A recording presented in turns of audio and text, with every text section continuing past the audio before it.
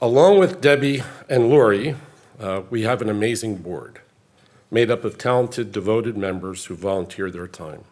I commented at our last board meeting how fortunate we are to have such a great group of people, talented people that can help in all different ways.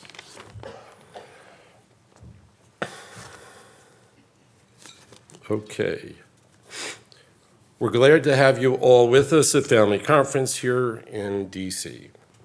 The annual Family Conference is an important program that offers family workshops, updates from researchers funded by the foundation through grants, a chance to talk informally with other families and dedicated professionals in the prion disease field, and opportunities to learn how you can participate in achieving the goals of the CJD community.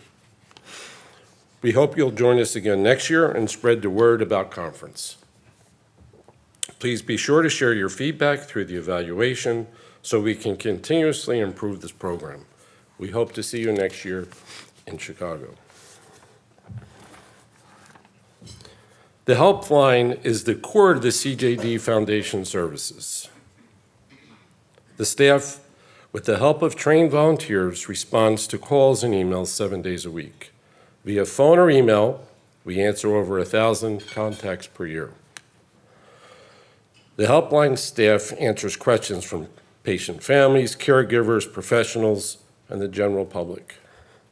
And I can still remember back in 2005 using those services, and Florence, the prior president, was there to help and guide us in the right direction. Invaluable services. The team refers callers to professionals, caregiving resources, information on our website, and makes peer introductions to other families who have been caregivers. The foundation offers support groups throughout the year, including monthly groups for patient families, one in the Eastern time zone and one in the Pacific time zone. We also periodically offer webinars with guest speakers and a series of small group bereavement sessions. In the past year, the foundation has offered 48 sessions of these groups. I thought it would be difficult to control this, but it seems to be really easy. Advocacy. I was never really involved, understood the importance, and wow, what an impact. You'll hear an update later from Anna Abram of Aiken Gump, the firm that generously, unbelievable, provides pro bono consulting services to the foundation and the CJD community. We've now worked with Aiken for nearly 2 years. They told us when we hired them that they would serve us as if we were a paying client, and that has been absolutely true. They worked tirelessly to develop our advocacy strategy with us. Their introductions to senior staff in Congress and at NIH have helped advance the strategy, and their attendance at meetings with us throughout the year has been essential. Aiken professionals joined us for our Capitol Hill meeting in March and made a real difference in helping us share our stories about the impact of CJD and the need for increased funding. We encourage you to attend Advocacy Day here in DC in March next year. That's the time of the year when our comments have the most impact on appropriations and other legislation. If you've never visited Capitol Hill, please stay with us today at 1 o'clock to hear the advocacy orientation from Anna. Even if you're not visiting Capitol Hill tomorrow, it will acquaint you with the process and how to participate from home all year. They've done amazing work. Each meeting we have, and I hear the advancements, it's just awesome. I believe that we all felt that the website needed a little bit of work. So last year, Debbie and the team put together all the right pieces and selected the right partner to redo our website, which has been relaunched, to ensure that we're using an updated and secure platform and that important information about caregiving and research grants, as well as programs and events, is accessible to families who need it. If you haven't already, I'm sure you have, but go to cjdfoundation.org, click on all the tabs, check it out. It's a great source of information.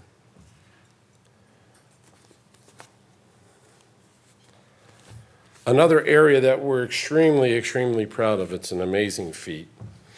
And you'll hear more about the grant program later today from Debbie and Joel. We thank everyone who donates to the CJD Foundation, to Strides, and to the Memorial Grant Program for your support of the CJD Foundation Research Grants Program. Debbie shared with you last night that we've funded 86 grants to date, totaling near $5 million. In January of 2024, we awarded 6 grants already and 2 fellowships. Those recipients will speak at the conference next year. The foundation organizes medical lectures around the country, some delivered remotely and some in person. Here is a list of the schedule during the past year. If you or anybody has a connection to anybody in medical education, make sure you share that information with Lori so that she can have a way to get into some places that we don't already today. Strides. I can tell you that raising money is not an easy thing. Asking people for money year after year, and believe it, they come through. It's amazing. Strides was the first really successful campaign for us as an organization. We started with golf outings. We actually had a concert in New York where they performed the song that we hear at the beginning of conference. We've tried and tried and tried, and until we got to Strides, we finally hit the right spot. Strides is our major fundraiser of the year and makes all of our programs possible. The captains and committees do an outstanding job running these events around the country each October. This year we'll be in 15 locations, or you can register to walk as an individual or smart group in your community. Strides for CJD was held in 2023 in 20-plus cities. More than 2,000 people participated, and we raised close to $600,000. It's an amazing feat. Lori's going to help or show us in a little bit about the updates for Strides.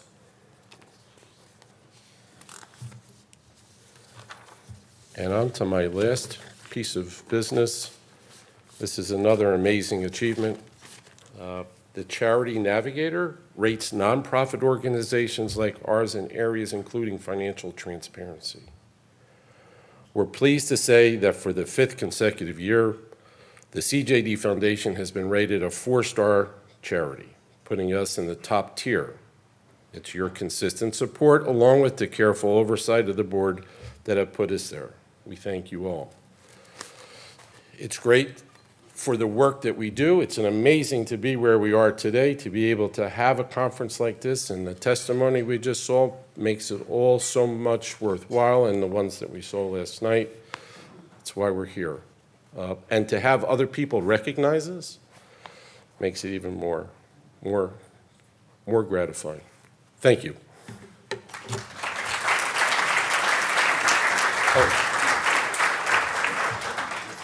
I was the treasurer for a number of years, a very difficult job that took hours and hours and hours of work, meetings and more meetings, trying to figure out how to make the numbers look good, but they always did look good. So now I'm going to turn it over to Pat, who's taken over my position.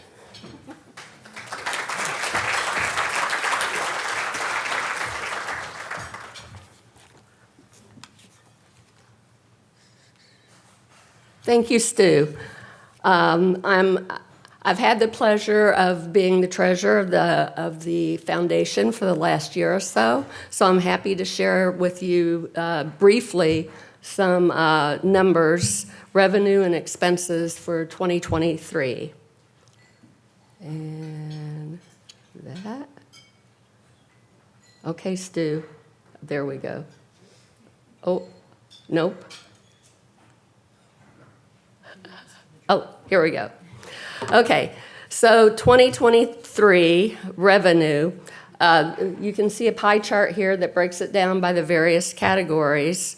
The number one category of contributions, these are our general contributions, things from this, like the spring appeal, the annual fund, and general donations accounts for 24%. The second category, endowment contributions, these are generous contributions made to fund specific programs. So that accounts for 23%. Our fundraising and special events, like Stu mentioned, strides, miscellaneous family fundraisers, those account for also 23%. The memorial research grants that families have generously donated to fund those all-important research grants total 16% of our revenue for 2023. Other income accounts for 13%, and that's things like the value of services received and conference income. And then grants and major gifts, another 2%, and this is mainly the CDC grant that we receive. So turning to expenses, 2023. So the number one expense of the foundation is the all-important research grants. 41% of the expenses go directly toward research grants. Family services, something that's near and dear to our hearts. Anyone who's turned to the foundation for support, the helpline, attending conference, or called them for, relied on the foundation for support in things that we've all gone through, that accounts for 33% of the expenses for 2023. Fundraising and special events, that would be the cost associated with strides, 9%. The administrative cost of the foundation, so these are the cost of the staff and other general expenses that aren't specifically allocated to any of the other expense categories, things like accounting, auditing, just general office expense. That's 8% of our cost. And the medical education programs and advocacy round out the rest of the expenses for the foundation. And those are 4% each. So thank you for your time, and thank you for all your support and of making the numbers look so great. So thank you so much.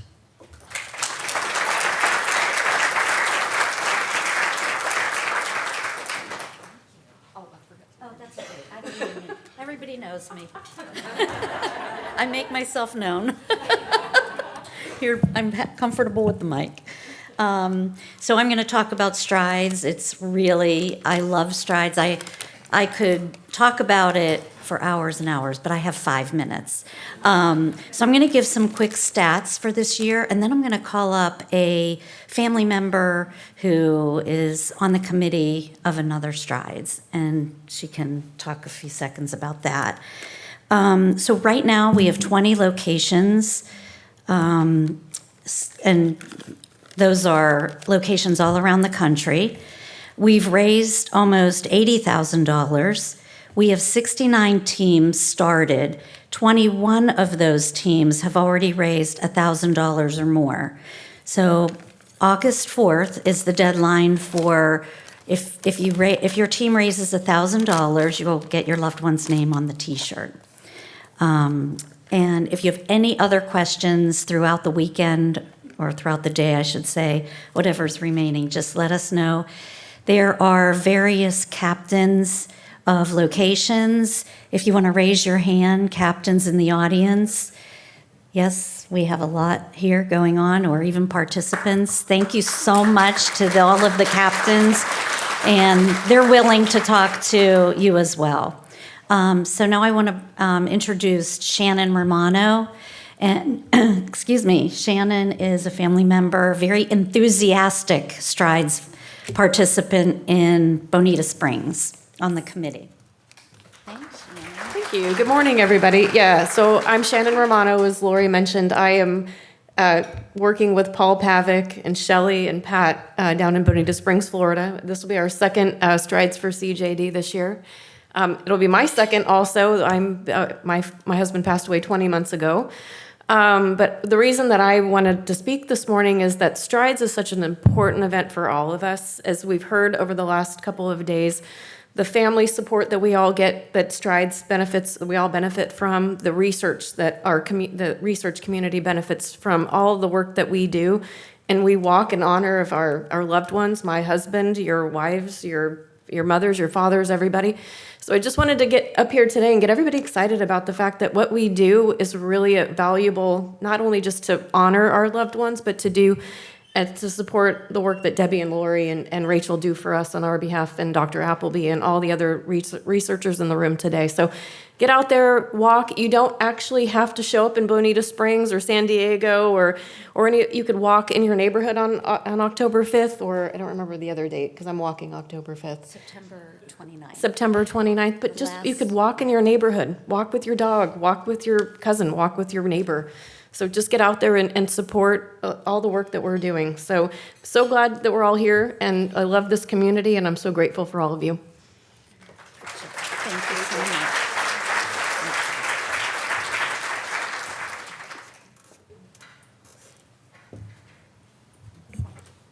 much. Okay, on to the grants report, please.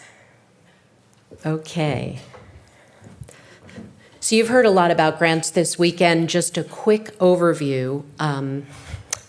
You know we award grants every January. Our recipients are international. Topics are quite diverse.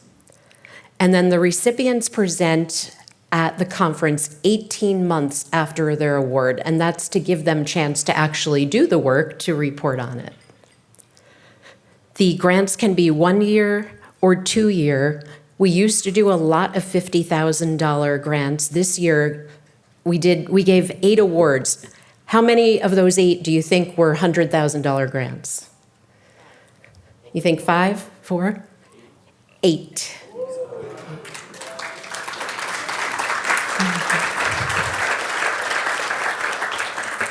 So the word is out about bigger projects getting funded, and we're up to, pretty consistently at least 50 to 100, often a lot of $100,000 grants. Caleb spoiled me all weekend. I forgot I have to actually move the slide myself. We gave out 6 and 2 in January. You saw last year's awardees yesterday, and this year's awardees will be in Chicago under the bean next year. The funding, thanks to all of you, thank you, looks strong for awards for January.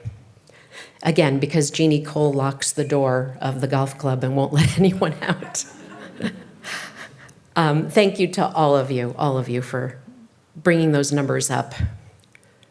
When this grant program started, the grants were $10,000 to $40,000, and we skipped a year in between the awards. Starting in 2015, you'll notice something different. Grants every year and more grants. Same thing for the size of the funds awarded. Once we got ramped up in 2015 with Strides and other family grants and other donations, just grew and grew. So you've heard the number, 5 million. Last year I said just over 4 million. This year it's almost 5 million. So applause for yourself on that. Where does this money come from? General donations. If you've donated to the CJD Foundation, if your friends have donated, you've helped fund this. Strides, memorial grants, and lots of families are grant builders, where they do multiple fundraisers over a period of years to hit the $10,000 number. So this is the schedule. People who donate family memorial grants sign a contract so that we agree when we receive their $10,000, that's where it's going. Once the donor signs that agreement and they raise their funds by September, they're in the pool for next year. I told you that we've already reviewed we're already going to start reviewing applications for January, and that's a 2-round process, so it ends with the January awards. You can read more about all of our grant recipients on our website, and we want to thank you, the donors, the Family Memorial Grant funders, the researchers, and our Scientific Advisory Committee. And speaking of that, the award-winning Joel Watts is now going to tell you about results of some of our past grants.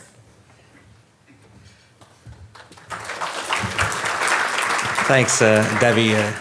Debbie has given me the difficult task of choosing from the 86 grants that have been awarded over the past 15 years to pick just a few of them to highlight some of the advances that have come from the donations and the fundraising efforts from everybody in this room. And so that was difficult, but I've whittled it down to 3 that are in the areas of diagnosis and therapies for prion disease, which I think is very meaningful to everybody in today's audience. So the first one I want to talk about is one from more than 10 years ago that was awarded to Dr. Christina Oru-Groveman on RT-Quick. And so the RT-Quick technique, which has been so transformational in the diagnosis of prion disease, first came into existence in 2010. And it started off as a test that could diagnose prion disease in hamsters. And then in subsequent years, it was shown that this would also be useful for humans using cerebrospinal fluid. But one of the problems was it couldn't necessarily be applied to all types of human prion diseases. And so the purpose of this grant was to determine if the RT-Quick test could be used to diagnose other types of human prion diseases like variant CJD or the genetic human prion diseases.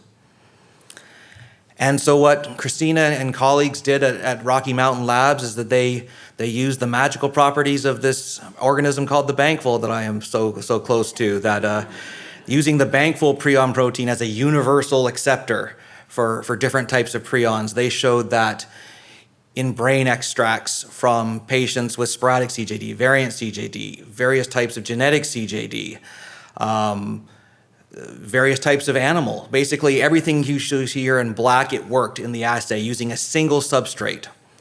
And now this has not proven to be as equally translatable to using CSF from patients with genetic prion disease. So research from Simon Mead's group and also Eric and Sonia, whose last names are no longer necessarily apparently, has shown that there's still some work to be done and to be able to optimize this so that you can be able to do something that, instead of using post-mortem tissues, can also be used for ante-mortem. But this was a really big stepping stone along our way to use RT-Quick for diagnosing human prion diseases. The next one I'd like to talk about is something that's going to be familiar to almost everybody in the audience, and that's the use of antisense oligonucleotides to treat prion disease. And this was a grant that was given to Dr. Byron Coey in 2016. And so just a quick review of what I talked about 2 days ago. You have your genes, your DNA that get made into messenger RNA, then those get made into protein. And the prion protein, PRPC, is the substrate to convert into prions, and if you don't have PRPC, you can't make prions. And so getting rid of PRPC by preventing the gene from being made is a really good therapeutic strategy for treating prion disease. So what antisense oligonucleotides do, those are this little green line here, they go and specifically find the prion gene, and they bind to it. And that binding event is a signal for the cell to degrade that material instead of letting it being made into protein. And so antisense oligonucleotides prevent or reduce the amount of protein that's being made, and it's very specific.